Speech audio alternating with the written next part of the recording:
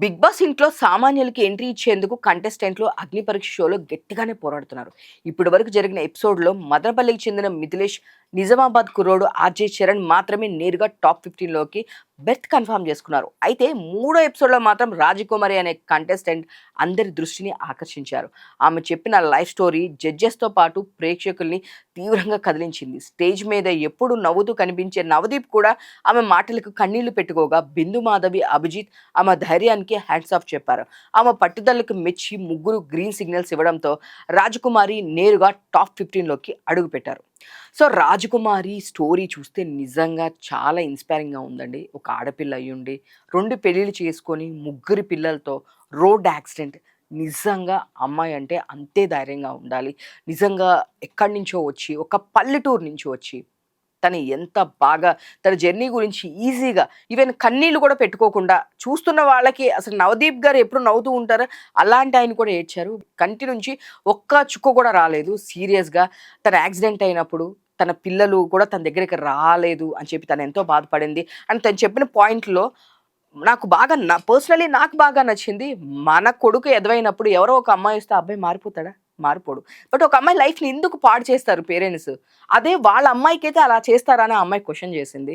It's a very hands of. చాలా మంది అమ్మాయిలు కనెక్ట్ అయ్యారు. అండ్ తను చెప్పిన ప్రతి పాయింట్‌కి అందరూ ప్రతి ఒక్కళ్ళు నిజంగా తనలా ఉండాలి అని చెప్పి చెప్పింది. అండ్ ఇంకొకటి మన నవదీప్‌తో కలిసి ర్యాంప్ వాక్ చేసింది. అందరూ మా ఊళ్ళో అందరూ కుళ్ళుకొని చచ్చిపోతారు అని చెప్పేసి అది కూడా చెప్పడం జరిగింది. సో చూడండి కుళ్ళుకొని చచ్చిపోతారు. అయినా పర్లేదు అందుకే నేను చేస్తున్నానని చెప్పి నవదీప్ గారితో ర్యాంప్ వాక్ కూడా చేసింది. Is a very strong women. ముగ్గురు పిల్లలతో తనకంటూ ఒక ఐడెంటిటీ ఉండాలి. నల్లగా ఉంది అని చెప్పి నన్ను చాలామంది ఏడిపించారు. నల్లగా ఉన్నదాన్నే నేను చూపించుకుంటూ నా ఐడెంటిటీని బిల్డ్ చేసుకోవాలి అని చెప్పేసి తను చెప్పడం జరిగింది. It's a very inspiring story. Raj Kumari డెఫినెట్‌గా టాప్ 5లో ఉంటుందని అందరూ ఇప్పటి నుంచే అంటూ ఉన్నారు. చూద్దాం. ముంబైలో ఉండే సృష్టి వ్యాకరణం అనే మోడల్ స్టేజ్ మీదకి వచ్చి కాలేజ్ రోజుల్లో డాన్స్ చేయనివ్వకుండా తన ఎక్స్ బాయ్ ఫ్రెండ్ కొట్టడంతో చెవికి తీవ్ర గాయమైందని చెప్పుకొచ్చింది.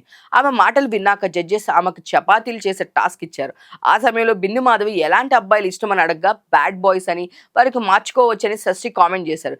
సృష్టి ఆట తీరుపై ఇక నమ్మకం కుదరలేదని బిందు రెడ్డివ్వగా అభిజిత్, నవదీప్ మాత్రం ఆమెకు గ్రీన్ ఇచ్చి హోల్డ్లో పెట్టారు. సో అక్కడ హైలైట్ ఏంటంటే తన బ్రేకప్ అయిన బాయ్ ఫ్రెండ్ కాలేజ్‌కి తను వన్ ఆఫ్ ద గెస్ట్‌గా వెళ్ళడానికి గురించి తను చాలా హ్యాపీగా ఫీల్ అయింది.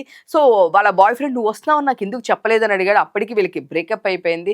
సో తను చాలా స్ట్రాంగ్ అని డెఫినిట్‌గా తను ప్రతిదాన్ని సార్ట్ ఔట్ చేయగలనని చెప్పడం జరిగింది. అండ్ చపాతీ నవదీప్‌కి లవ్ షేప్‌లో చేసి ఇచ్చింది. అండ్ నవదీప్ కూడా అలా హార్ట్ మీద పెట్టుకున్నాడు. సో చాలా ఫన్ కూడా క్రియేట్ అయింది.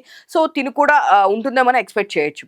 అలాగే అయ్యప్ప సాధు అనే కంటెస్టెంట్ మొదట పంతులు వేషంలో, ఆ తర్వాత రెమోలా స్టైలిష్‌గా ఎంట్రీ ఇచ్చి అందరిని ఆశ్చర్యపరిచాడు. పంతులు కూడా అన్ని పనులు చేయగలని ప్రూవ్ చేయడానికి ఇక్కడికి వచ్చానని చెప్పి జిగేల్ రాణి పాటకి స్టెప్పులేశాడు. అయితే అతని పెర్ఫార్మెన్స్ జడ్జెస్‌ని ఏమాత్రం మెప్పించలేకపోయింది. ఇక నీకు సరైన ప్లేస్ కాదని అభిజిత్ అనగా ఇంట్లోని వారిని ఇంప్రెస్ చేయలేనని బిందు చెప్పేసింది.